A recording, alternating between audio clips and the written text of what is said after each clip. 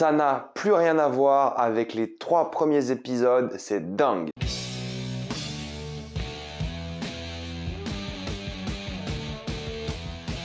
Moon Knight épisode 5. Contrairement à d'habitude, il n'y aura que des spoilers dans cette vidéo. Si vous voulez mon avis sans spoiler de Moon Knight sur les précédents épisodes, il y a ma critique de l'épisode 1 à 3 et de l'épisode 4. Donc évidemment, on va commencer à spoiler. Donc si vous n'avez pas vu les épisodes 1 à 5 de Moon Knight, cette vidéo n'est pas faite pour vous. Donc on commence tout de suite et je vais commencer avec un rappel de l'épisode 4 où j'ai fait une petite erreur, enfin un petit oubli. C'est le fameux sarcophage qu'on voit dans l'épisode 4 que je ne cite jamais dans la précédente vidéo. Je l'avais noté sur mes notes, mais je les zappais, des fois ça m'arrive. Parce que je ne savais même pas ce que c'était. Il y a un autre sarcophage, je sais pas ce que c'est. Ma déduction, c'est que c'était une autre personnalité ou quelqu'un d'autre dans la tête de Mark. Mais c'est vrai que j'étais pas sûr et du coup, j'ai pas du tout relevé ça, j'ai pas fait assez de détails et je l'ai un peu zappé. D'après vos commentaires, c'est ça. Apparemment, c'est notre personnalité qui s'appelle Jake. Vu que je connais pas assez les comics, je pouvais pas deviner ça. Mais c'est qu'apparemment, c'est une personnalité qui s'appelle Jake qui va apparaître, on imagine, dans le dernier épisode la semaine prochaine. D'ailleurs, je pense que la semaine prochaine, j'aurai le temps de faire la critique et ensuite aller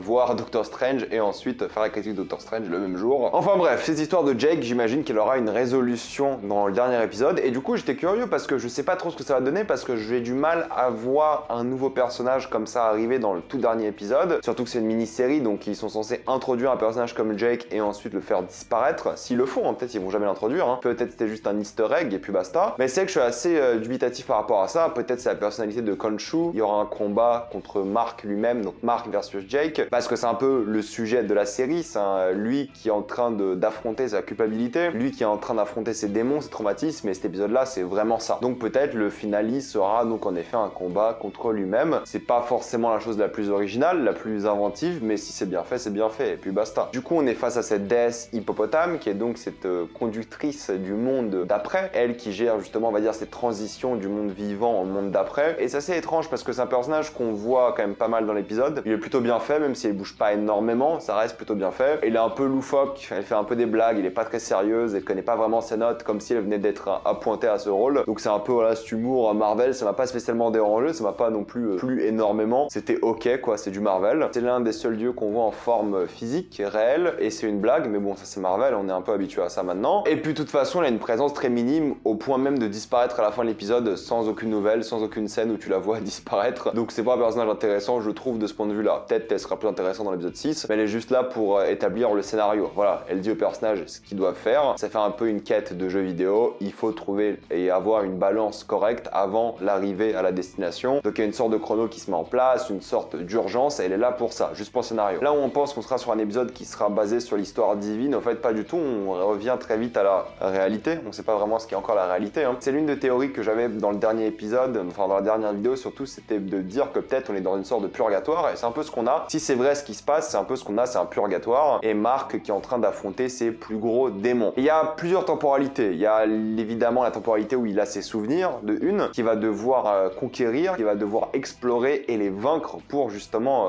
réussir. Et c'est la thématique de l'épisode, hein, c'est que pour alléger justement son cœur et trouver l'équilibre, il doit alléger son âme en confrontant la réalité, ses souvenirs et l'origine de Steven. On en parlera après, mais c'est vrai que c'est ça le but de l'épisode. Ensuite, on a le monde d'après, en tout cas la transition vers le monde d'après, avec justement l'asile en question, sur ce navire des sables. On a une quatrième temporalité qui n'est pas montrée dans cet épisode-là, qui au final est le fait qu'il est mort. Ils disent que même si on peut amener Mark à son corps, il aura une balle dans le corps et il sera probablement pas possible pour lui de survivre. Ensuite, on a la temporalité où au fait, il parle au méchant, qui est assez intéressant parce que cette réalité-là, c'est la réalité où justement il est confiant. C'est un peu sa zone de confort, hein, mine de rien. Et ce qui est intéressant, c'est que le méchant pose quand même des questions assez étranges. Il demande beaucoup de questions sur Steven, sur l'hippopotame et des choses comme ça. Donc t'as l'impression quand même que le méchant est réellement là, il est en train de causer problème à Mark. Et en même temps, c'est la zone de confort, t'as l'impression aussi pour Mark. Donc t'as ces trois, on va dire, réalités, temporalités, peu importe, qui sont en train de s'entremêler, voire 4, hein, surtout avec la fin, 5 si on compte le paradis ou je ne sais quoi. C'est pas compliqué du tout au final. C'est juste intéressant de voir ces différentes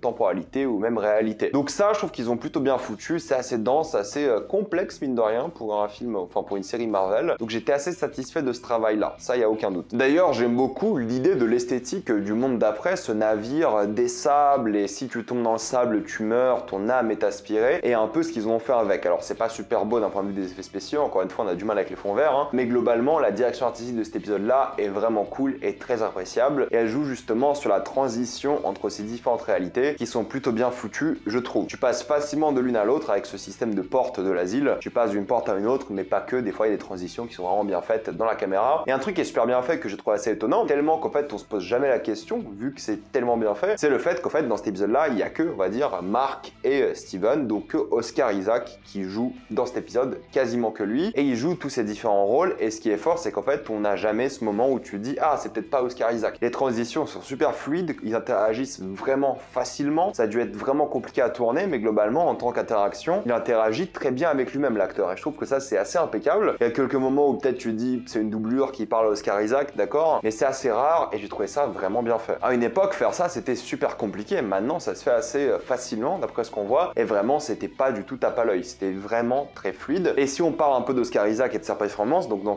cet épisode-là il a deux performances, il joue évidemment comme d'habitude Mark et Steven, mais cette fois-ci il joue vraiment différemment. Enfin, cette fois-ci, il a toujours très bien joué les deux, il a toujours eu une très bonne alchimie avec lui-même, mais cette fois-ci je trouve que c'est vraiment deux personnages distincts, différents, parce qu'ils sont en train d'interagir en même temps, et pas que dans les reflets. D'ailleurs il y a plein de plans sur les reflets dans cet épisode, encore une fois, surtout quand il est dans sa réalité un peu plus posée avec justement le méchant par exemple. Mais je trouve que Oscar Isaac est remarquable, il est vraiment incroyable, il pleure, il se tape la tête à certains moments de colère, il fait vraiment la personne qui a des problèmes mentaux, psychologiques, et il joue très bien les deux personnages, et je l'ai trouvé vraiment impeccable et rien à dire. Pour moi il a vraiment été incroyable, et c'est l'une de ses meilleures performances je trouve, hein. Vraiment il était top, et il a eu le temps de jouer. Dans une série c'est toujours plus dur par manque de temps, et c'est vrai que là il a été impeccable, et la série lui a donné le temps de s'exprimer, d'avoir des émotions et d'être mémorable. Et j'ai beaucoup aimé la manière dont il redécouvre ses souvenirs. Au début il commence par les redécouvrir avec cette chambre des morts, et on voit un enfant qui est mort parce que au fait il se sent coupable d'avoir tué entre guillemets son petit frère. Il a pas réellement tué, c'est juste que c'était un accident, mais lui il s'est toujours senti coupable, du coup il est dans cette chambre des morts. Et ensuite on va aller dans les traumatismes par rapport à sa mère qui a commencé à le détester, qui a commencé à le frapper, et c'est comme ça que Steven a été créé, c'est pour justement se protéger d'un traumatisme. C'est ce qui arrive dans la vraie vie, hein. Il y a des gens qui subissent des vrais traumatismes et ils ont ce problème de personnalité où ils se créent une sorte de barrière protectrice, et c'est ce que Steven, enfin Mark du coup a fait, il a créé Steven, et en fait Steven n'existe pas réellement. Et Steven, ce qui est fou, c'est qu'il a pris conscience de lui-même, et ils le disent, à partir de l'enterrement, il y a eu une fracture, tellement que Steven a cru qu'il existait plus que ce qu'il existe réellement. Il a commencé à avoir une vraie conscience, c'est ça qui est intéressant. Donc j'ai trouvé ça vraiment cool de montrer le désespoir de Steven quand il se rend compte qu'en fait il n'existe pas réellement, et c'était assez touchant par rapport à ça, parce que c'est une rupture au final, une vraie amitié qui s'achève, et j'ai trouvé l'idée, la thématique sur la santé mentale vraiment bien foutue. Alors bon, c'est assez cliché, mais c'est comme ça que ça se passe, hein. Les traumatismes créent des vrais problèmes psychologiques, et là on les a, et on comprend pourquoi. Il se faisait frapper, il se sentait coupable de ce qu'il a fait à son frère, il a été malmené dans sa famille, et voilà, il s'est passé ce qui s'est passé. Et pour quelqu'un qui se faisait martyriser par sa mère, il a été très triste lorsqu'elle est décédée. Là, il y a eu une vraie fracture. Donc la quête pour l'équilibre, c'est l'acceptation de soi. C'est lui qui doit se dire ok, maintenant je peux me permettre de vivre. D'ailleurs, dès que tu as la première scène où la mère frappe justement cet enfant, la caméra commence un peu à vibrer, comme si justement le navire était en train de tanguer de une, mais comme si son monde allait un peu s'écrouler. C'est assez subtil, mais c'est plutôt bien fait. Donc voilà, on est sur la culpabilité, le traumatisme, et j'ai trouvé ça vraiment bien foutu pour le coup, et très appréciable. Et la scène justement où Khonshu prend le dessus pour la première fois était vraiment bien, parce que ça parle aussi un peu du passé de de Mark et des choses comme ça. Surtout la musique divine qui accompagnait cet épisode était vraiment cool. T'as vraiment l'impression qu'il y a tout un orchestre symphonique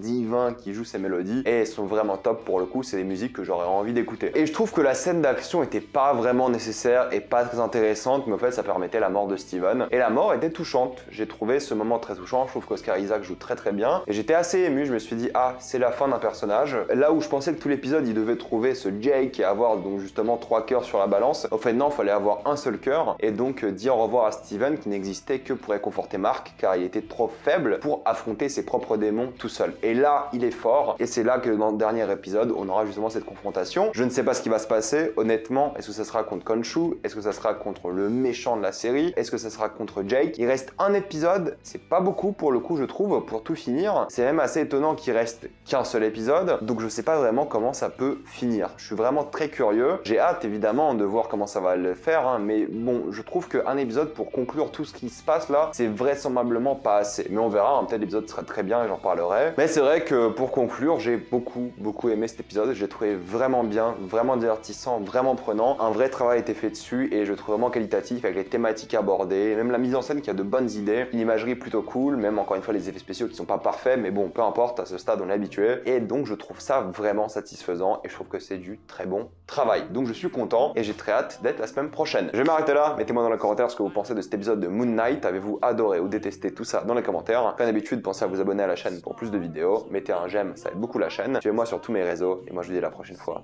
Salut à tous.